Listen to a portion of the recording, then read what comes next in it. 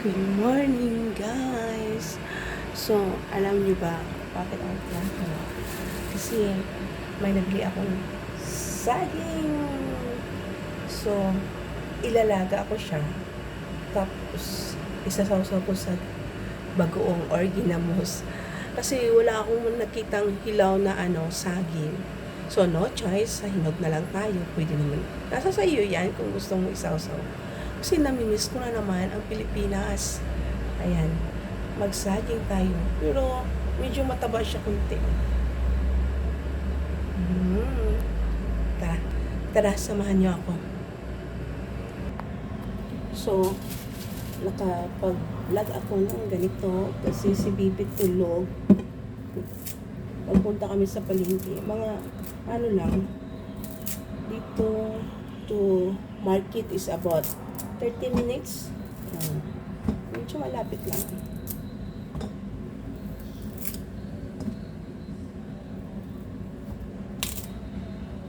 Minutes total na yan. Punta doon at pabalik.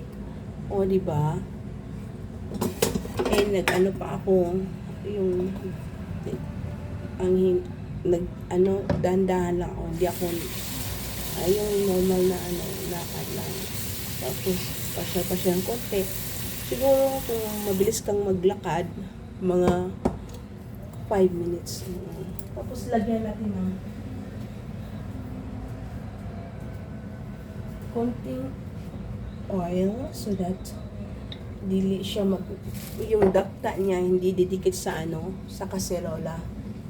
Okay, nasaan ang takip nito? Ay, nako.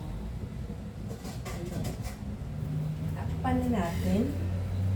Okay na yung mantika na yan, maluto na yan. Mabilis naman maluto to eh. Okay, nakasalang na siya. Ayan. Ayan guys, hindi pa ako nakapagbukas ng bintana. Kasi, ayan, tulog pa si baby. Mamaya na lang ako magbukas. Hindi pa rin ako nakapagligpit ng mga gamit namin. Kasi, ayan, napakakalat pa. Kasi kagagaling ko lang sa school, hinatid ko si ate. Ayan. Buksan na natin yung bintana, guys, ha? Kasi talagang maliwanag na. Kasi alas 9 na mahigit. Hindi pa nabuksan. Buksan din natin yung kabilang bintana. Dito yung guest room. Pero ako ang natulog dito si baby kasi minsan si baby umiiyak. Nadidisturb yung daddy niya at si ate pupunta sila sa school, ha. So minsan dito kami natulog. Tapos punta tayo sa sa room ni ate. Pero hindi siya natutulog dito. Makalat pa din dito, guys. Kasi hindi pa ako nakapag-ligpit. Ayan. Buksan natin. Yung mga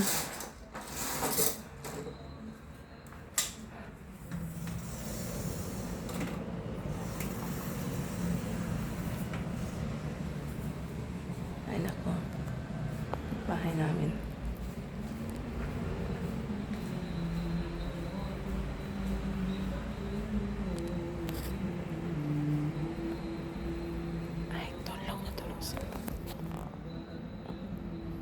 Hindi ko na muna siya ililipat para hindi siya magising.